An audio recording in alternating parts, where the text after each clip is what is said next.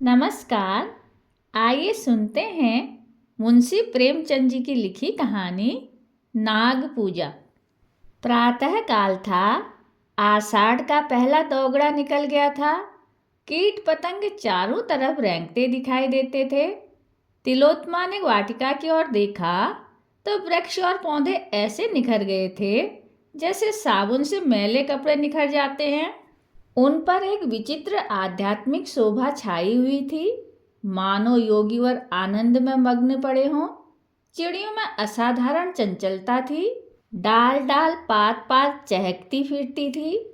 तिलोत्मा बाग में निकल आई। वह भी इन्हीं पक्षियों की भांति चंचल हो गई थी। कभी किसी पौधे को देखती, कभी किसी फूल पर पड़ी हुई जल की बूंदों को हिलाकर अपने मुंह पर उनके शीतल छींटे डालती। लाल बीर बहुटियां रेग रही थी। वह उन्हें चुनकर हथेली पर रखने लगी। सहसा उसे एक काला बृहत्काय सांप रेंगता दिखाई दिया। उसने चिल्लाकर कहा, अम्मा, अम्मा, नाग जी जा रहे हैं, लाओ थोड़ा सा दूध उनके लिए कटोरे में रख दूं। अम्मा ने कहा, जाने दो बेटी, हवा खाने निकले होंगे। तिलोत्मा, गर्मियों में कहाँ चले जाते हैं, दिखाई नहीं देते। माँ, कहीं जाते नहीं बेटी, अपनी बांबी में पड़े रहते हैं। तिलोत्मा, और कहीं नहीं जाते। माँ, बेटी, हमारे देवता हैं, और कहीं क्यों जाएंगे। तुम्हारे जन्म के साल से ये बराबर यहीं दिखाई देते हैं, किसी से नहीं बोलते। बच्चा पास से निकल जाए पर जरा भी नहीं ताकते। आज तक कोई चूहिया भी नहीं पकड़ी। तिलोत्मा, तो खाते क्या होंगे। माँ, बेटी, यह लोग हवा पर रहते हैं, इसी से इनकी आत्मा दिव्य हो जाती है। अपने पूर्व जन्म की बातें इन्हें याद रहती हैं, आने वाली बातों को भी जानते हैं। कोई बड़ा योगी जब अहंकार करने लगता है तो उसे दंड स्वरूप इस योनि में जन्म लेना पड़ता है। जब तक प्रायश्चित पूरा नहीं होता तब तक वह इस योनि में रहता है। कोई कोई तो 100 200 वर्ष तक जीते रहते हैं। तिलोत्मा, इनकी पूजा न करो तो क्या करें। माँ, बेटी, कैसे बच्चों की सी बातें करती हो। नाराज हो जाए तो सिर पर न जाने क्या विपत्ति आ पड़े। तेरे जन्म के साल पहले पहल दिखाई दिए थे, तब से साल में 10-5 बार अवश्य दर्शन दे जाते हैं। इनका ऐसा प्रभाव है कि आज तक किसी के सिर में दर्द तक नहीं हुआ। कई वर्ष हो गए। तिलोत्मा बालिका से युवती हुई, विवाह का शुभ अवसर आ पहुंचा। बारात आई, विवाह हुआ। तिलोत्मा के पति गृह जाने का मुहूर्त आ पहुंचा। नई वधू का श्रृंगार हो रहा था। भीतर बाहर हलचल मची हुई थी। ऐसा जान पड़ता था भगदड़ पड़ी हुई है। तिलोत्मा के हृदय में वियोग दुख की तरंगें उठ रही हैं। वह एकांत में बैठकर रोना चाहती है। आज माता पिता, भाई बंद, सखियां सहेलियां सब छूट जाएंगी। फिर मालूम नहीं कब मिलने का संयोग हो। न जाने अब कैसे आदमियों से पाला पड़ेगा, न जाने उनका स्वभाव कैसा होगा, न जाने कैसा बर्ताव करेंगे। अम्मा की आंखें एक क्षण भी न थमेंगी। मैं एक दिन के लिए कहीं चली जाती थी तो वो रो रो कर व्यथित हो जाती थी। अब यह जीवन पर्यंत का वियोग कैसे सहेंगी। उनके सिर में दर्द होता था तो जब तक मैं धीरे धीरे न मलूं, उन्हें किसी तरह कल चैन ही न पड़ती थी। बाबूजी को पान बनाकर कौन देगा। मैं जब तक उनका भोजन न बनाऊं, उन्हें कोई चीज रुचती ही न थी। अब उनका भोजन कौन बनाएगा। मुझसे उनको देखे बिना कैसे रहा जाएगा। यहाँ जरा सिर में दर्द भी होता था तो अम्मा और बाबूजी घबरा जाते थे। तुरंत वैद्य हकीम आ जाते थे। वहाँ न जाने क्या हाल होगा। भगवान, बंद घर में कैसे रहा जाएगा। न जाने वहाँ खुली छत है या नहीं। होगी भी तो मुझे कौन सोने देगा। भीतर घुट घुट कर मरूंगी। जगने में जरा देर हो जाएगी तो ताने मिलेंगे। यहाँ सुबह को कोई जगाता था तो अम्मा कहती थी, सोने दो, कच्ची नींद जाग जाएगी तो सिर में पीड़ा होने लगेगी। वहाँ व्यंग सुनने पड़ेंगे। बहू आलसी है, दिन भर खाट पर पड़ी रहती है। वे पति तो बहुत सुशील मालूम होते हैं। हाँ, कुछ अभिमानी अवश्य हैं। कहीं उनका स्वभाव निठुर हुआ तो? सहसा उसकी माता ने आकर कहा, बेटी, तुमसे एक बात कहने की याद न रही। वहाँ नाग पूजा अवश्य करती रहना। घर के और लोग चाहे मना करें, पर तुम इसे अपना कर्तव्य समझना। अभी मेरी आंखें जरा जरा झपक गई थी, नाग बाबा ने स्वप्न में दर्शन दिए। तिलोत्मा, अम्मा, मुझे भी उनके दर्शन हुए हैं, पर मुझे तो उन्होंने बड़ा विकराल रूप दिखाया। बड़ा भयंकर स्वप्न था। माँ, देखना, तुम्हारे घर में कोई सांप न मारने पाए। यह मंत्र नित्य अपने पास रखना। तिलोत्मा अभी कुछ जवाब न दे पाई थी कि अचानक बारात की ओर से रोने के शब्द सुनाई दिए।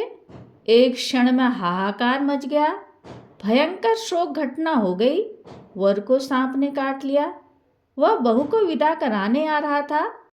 पालकी में मसनद के नीचे एक काला सांप छिपा हुआ था। वर यूं ही पालकी में बैठा, सांप ने काट लिया। चारों ओर कोहराम मच गया। तिलोत्मा पर तो मानो वज्रपात हो गया। उसकी माँ सिर पीट पीट कर रोने लगी। उसके पिता बाबू जगदीश चंद्र मूर्छित होकर गिर पड़े। हृदय रोग से पहले ही ग्रस्त थे। झाड़ फूंक करने वाले आए, डॉक्टर बुलाए गए, पर विष घातक था। जरा देर में वर के होंठ नीले पड़ गए, नख काले हो गए, मूर्छा आने लगी। देखते देखते शरीर ठंडा पड़ गया। इधर उषा की लालिमा ने प्रकृति को आलोकित किया, उधर टिमटिमाता हुआ दीपक बुझ गया। जैसे कोई मनुष्य बोरों से लदी हुई नाव पर बैठा हुआ मन में झुंझलाता है कि यह और तेज क्यों नहीं चलती, कहीं आराम से बैठने की जगह नहीं, यह इतनी हिल क्यों रही है, मैं बैठती ही इसमें बैठा। पर अकस्मात नाव को भंवर में पड़ते देखकर उसके मस्तूल से चिपट जाता है।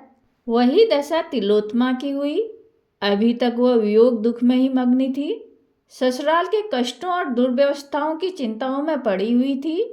पर अब उसे होश आया कि इस नाव के साथ मैं भी डूब रही हूँ। एक क्षण पहले वह कदाचित जिस पुरुष पर झुंझला रही थी, जिसे लुटेरा और डाकू समझ रही थी, अब वह कितना प्यारा था। उसके बिना अब जीवन एक दीपक था, बुझा हुआ, एक वृक्ष था, फल फूल विहीन। अभी एक क्षण पहले वह दूसरों की ईर्ष्या का कारण थी, अब दया और करुणा की। थोड़े ही दिनों में उसे ज्ञात हो गया कि मैं पति विहीन होकर संसार के सब सुखों से वंचित हो गई। 1 वर्ष बीत गया।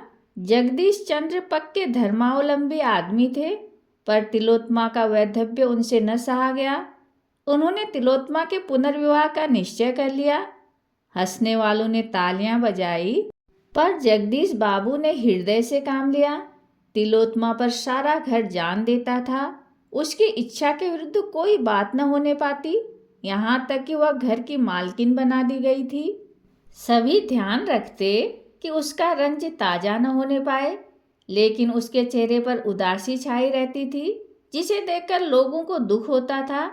पहले तो माँ भी इस सामाजिक अत्याचार पर सहमत न हुई, लेकिन बिरादरी वालों का विरोध ज्यों ज्यों बढ़ता गया, उसका विरोध ढीला पड़ता गया। सिद्धांत रूप से तो प्राय किसी को आपत्ति न थी, किंतु उसे व्यवहार में लाने का साहस किसी में न था। कई महीनों के लगातार प्रयास के बाद एक कुलीन सिद्धांतवादी सुशिक्षित वर मिला। उसके घर वाले भी राजी हो गए। तिलोत्मा को समाज में अपना नाम बिकते देखकर दुख होता था। वह मन में कुढ़ती थी कि पिताजी नाहक मेरे लिए समाज में नक्कू बन रहे हैं। अगर मेरे भाग्य में सुहाग लिखा होता तो यह वज्र ही क्यों गिरता। उसे कभी कभी ऐसी शंका होती थी कि मैं फिर विधवा हो जाऊंगी।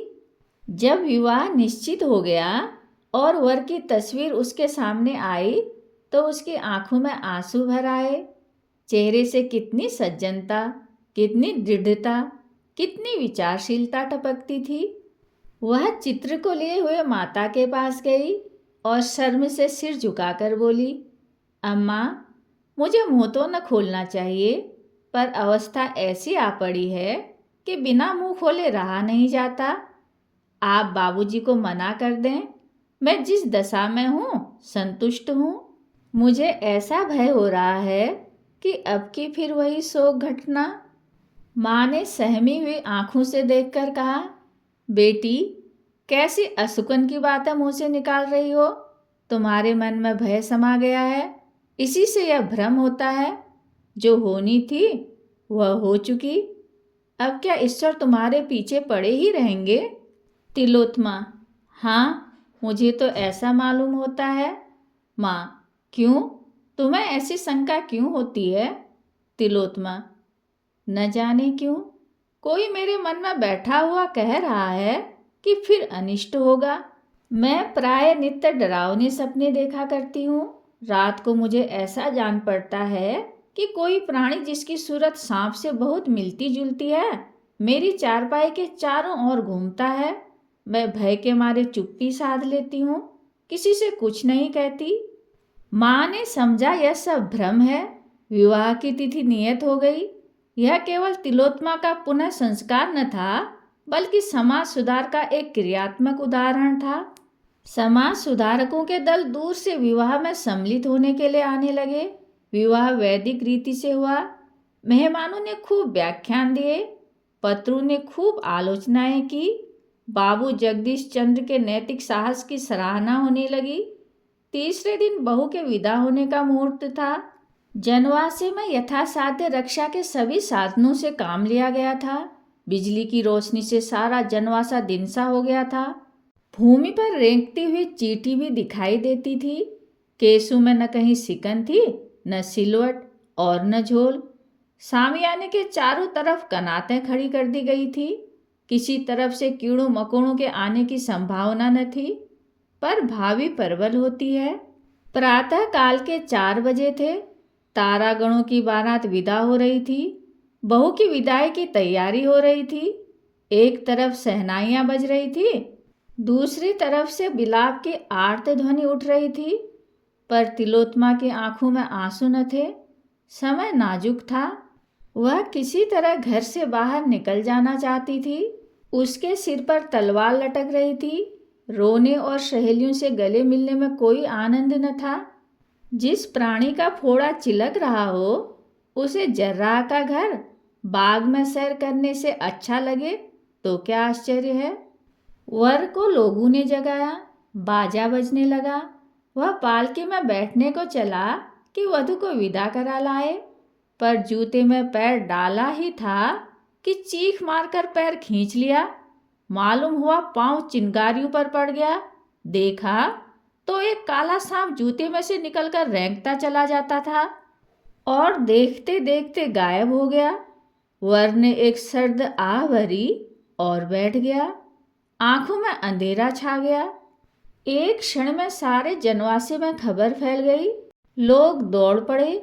औषधियां पहले ही रख ली गई थी। सांप का मंत्र जानने वाले कई आदमी बुला लिए गए थे। सभी ने दवाइयां दी। झाड़ फूंक शुरू हुई। औषधियां भी दी गई, पर काल के सामने किसी का वश न चला। शायद मौत सांप का वेश धरकर आई थी। तिलोत्मा ने सुना तो सिर पीट लिया। वह विकल होकर जनवासे की तरफ दौड़ी। चादर ओढ़ने की भी सुधि न रही। वह अपने पति के चरणों को माथे से लगाकर अपना जन्म सफल करना चाहती थी। घर की स्त्रियों ने रोका।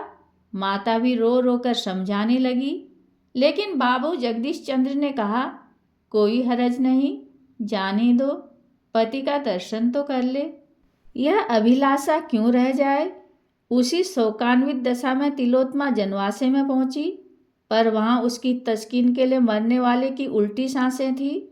उन अधखुले नेत्रों में असहाय आत्मवेदना और दारुण नैराश्य था। इस अद्भुत घटना का समाचार दूर दूर तक फैल गया। जड़वादीगण चकित थे। यह क्या माजरा है। आत्मवाद के भक्त ज्ञातवाद से सिर हिलाते थे। मानव त्रिकालदर्शी हैं। जगदीश चंद्र ने नसीब ठोक लिया। निश्चय हो गया कि कन्या के भाग्य में विधवा रहना ही लिखा है। नाग की पूजा साल में 2 बार होने लगी। तिलोत्मा के चरित्र में भी एक विशेष अंतर दिखने लगा। भोग और विहार के दिन भक्ति और देव आराधना में कटने लगे। निराश प्राणियों का यही अवलंब है। 3 साल बीते थे कि ढाका विश्वविद्यालय के अध्यापक दयाराम ने इस किस्से को फिर ताज़ा किया। वे पशु शास्त्र के ज्ञाता थे। उन्होंने सांपों के आचार व्यवहार का विशेष रीति से अध्ययन किया। वे इस रहस्य को खोलना चाहते थे। जगदीश चंद्र को विवाह का संदेश भेजा। उन्होंने टाल मटोल किया। दयाराम ने और भी आग्रह किया। लिखा, मैंने मनोवैज्ञानिक अन्वेषण के लिए यह निश्चय किया है। मैं इस विषधर नाग से लड़ना चाहता हूँ। वह अगर 100 दांत लेकर आए तो भी मुझे कोई हानि नहीं पहुँचा सकता। वह मुझे काट कर आप ही मर जाएगा। अगर वह मुझे काट भी ले तो मेरे पास ऐसे मंत्र और औषधियाँ हैं कि मैं एक क्षण में उसके विष को उतार सकता हूँ। आप इस विषय में कुछ चिंता न कीजिए, मैं विष के लिए अजेय हूँ। जगदीश चंद्र को अब कोई उज्र न सूझा। हाँ, उन्होंने एक विशेष प्रयत्न यह किया कि ढाका में ही विवाह हो। अतएव वे अपने कुटुंबियों को साथ लेकर विवाह के लिए 1 सप्ताह पहले गए। चलते समय अपने संदूक, बिस्तर आदि खूब देखभाल कर रखे कि सांप कहीं उनमें छिपकर न बैठ जाए। शुभ लग्न में विवाह संस्कार हो गया। तिलोत्तमा विकल हो रही थी। मुख पर एक रंग आता था, एक रंग जाता था, पर संस्कार में कोई विघ्न बाधा न पड़ी। तिलोत्तमा रो धोकर ससुराल गई। जगदीश चंद्र घर लौट आए, पर ऐसे चिंतित थे जैसे कोई आदमी सराय में खुला हुआ संदूक छोड़कर बाजार चला जाए। तिलोत्तमा के स्वभाव में अब एक विचित्र रूपांतर हुआ। वह औरों से हंसती बोलती, आराम से खाती पीती, सैर करने जाती, थिएटरों और अन्य सामाजिक सम्मेलनों में शरीक होती। इन अवसरों पर प्रोफेसर दयाराम से भी बड़े प्रेम का व्यवहार करती, उनके आराम का बहुत ध्यान रखती, कोई काम उनकी इच्छा के विरुद्ध न करती। कोई अजनबी आदमी उसे देखकर कह सकता था, गृहिणी हो तो ऐसी हो। दूसरों की दृष्टि में इस दंपति का जीवन आदर्श था, किंतु आंतरिक दशा कुछ और ही थी। उनके साथ सेनागार में जाते ही उसका मुख विकृत हो जाता, भौहें तन जाती, माथे पर बल पड़ जाते, शरीर अग्नि की भांति जलने लगता, पलकें खुली रह जाती, नेत्रों से ज्वाला सी निकलने लगती और उसमें से झुलसती हुई लपटें निकलती, मुख पर कालिमा छा जाती और यद्यपि स्वरूप में कोई विशेष अंतर न दिखाई देता, पर न जाने क्यों भ्रम होने लगता यह कोई नागिन है। कभी कभी वह फुफकारने भी लगती। इस स्थिति में दयाराम को उसके समीप जाने या उससे कुछ बोलने की हिम्मत न पड़ती। वे उसके रूप लावण्य पर मुग्ध थे, किंतु इस अवस्था में उन्हें उनसे घृणा होती। उसे इसी उन्माद के आवेग में छोड़कर बाहर निकल आते। डॉक्टरों से सलाह ली, स्वयं इस विषय की कितनी ही किताबों का अध्ययन किया, पर रहस्य कुछ समझ में न आया। उन्हें भौतिक विज्ञान में अपनी अल्पज्ञता स्वीकार करनी पड़ी। उन्हें अब अपना जीवन असह्य जान पड़ता। अपने दुस्साहस पर पछताते। नाहक इस विपत्ति में अपनी जान फंसाई। उन्हें शंका होने लगती कि अवश्य कोई प्रेत लीला है। मिथ्यावादी न थे, पर जहाँ बुद्धि और तर्क का कुछ वश न चलता, वहाँ मनुष्य विवश होकर मिथ्यावादी हो जाता है। सने सने उनकी यह हालत हो गई कि सदैव तिलोत्तमा से सशंक रहते। उसका उन्माद, विकृत मुखाकृति उनके ध्यान से न उतरते। डर लगता कि कहीं यह मुझे मार न डाले, न जाने कब उन्माद का आवेग हो। यह चिंता हृदय को व्यथित किया करती।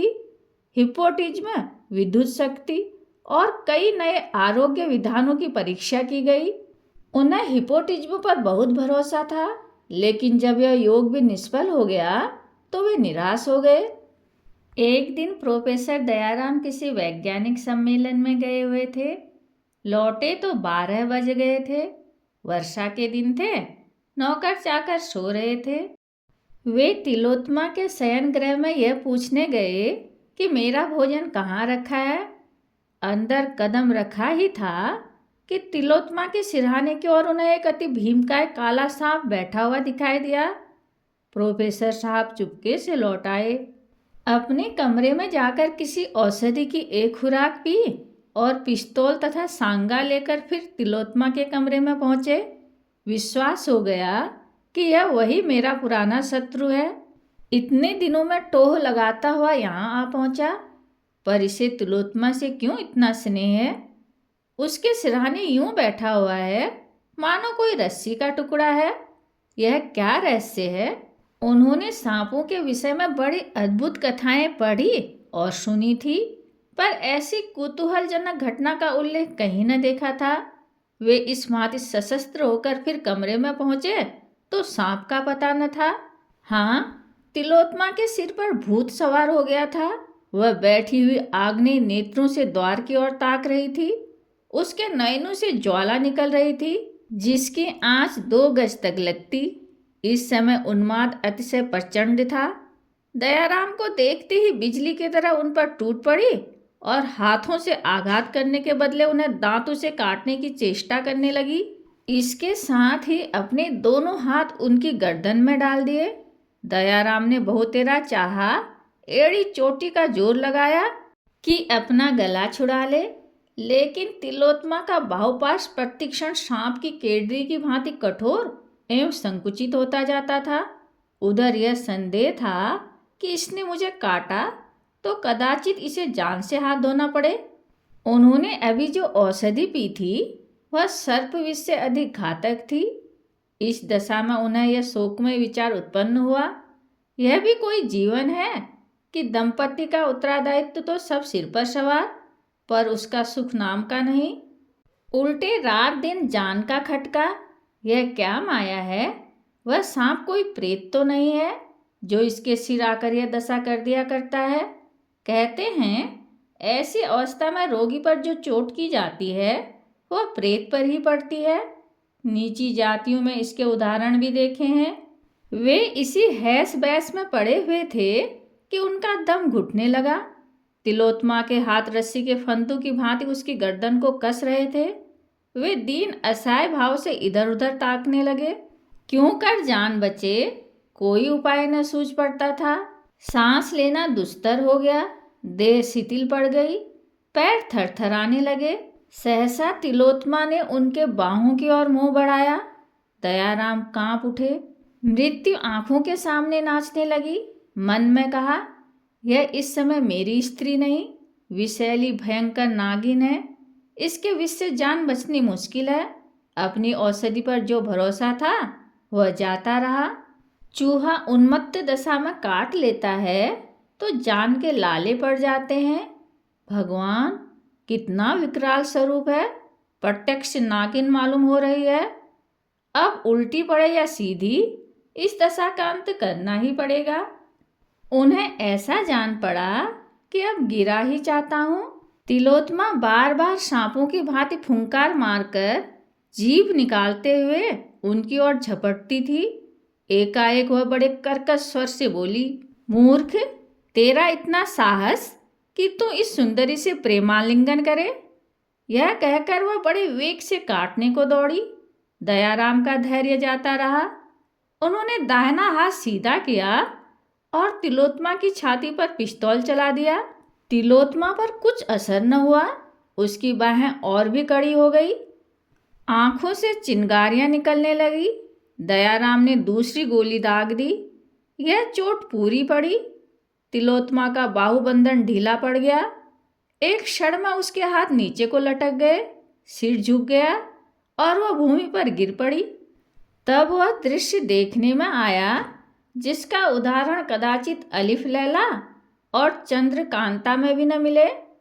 वहीं पलंग के पास जमीन पर एक काला दीर्घकाय सर्प पड़ा हुआ तड़प रहा था। उसकी छाती और मुंह से खून की धारा बह रही थी। दयाराम को अपनी आंखों पर विश्वास न आता था। यह कैसी अद्भुत प्रेत लीला थी। समस्या क्या है, किससे पूछूं?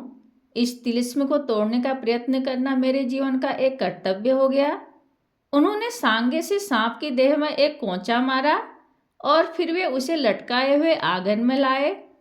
वह बिल्कुल बेदम हो गया था। उन्होंने उसे अपने कमरे में ले जाकर एक खाली संदूक में बंद कर दिया। उसमें भूस भरवाकर बरामदे में लटकाना चाहते थे। इतना बड़ा गेहुअन सांप किसी ने न देखा होगा। तब वे तिलोत्तमा के पास गए। डर के मारे कमरे में कदम रखने की हिम्मत न पड़ती थी। हाँ, इस विचार से कुछ तस्कीन होती थी कि सर्प प्रेत मर गया है तो उसकी जान बच गई होगी। इस आशा और भय की दशा में वे अंदर गए तो तिलोत्तमा आईने के सामने खड़ी केस संवार रही थी। दयाराम को मानो चारों पदार्थ मिल गए। तिलोत्तमा का मुख कमल खिला हुआ था। उन्होंने कभी उसे इतना प्रफुल्लित न देखा था। उन्हें देखते ही वह उनकी ओर प्रेम से चली और बोली, आज इतनी रात तक कहाँ रहे? दयाराम प्रेमोन्नत होकर बोले, एक जलसे में गया था। तुम्हारी तबीयत कैसी है? कहीं दर्द नहीं है? तिलोत्तमा ने उनको आश्चर्य से देखकर पूछा, तुम्हें कैसे मालूम हुआ? मेरी छाती में ऐसा दर्द हो रहा है जैसे चिलक पड़ गई हो। कहानी सुनने के लिए धन्यवाद।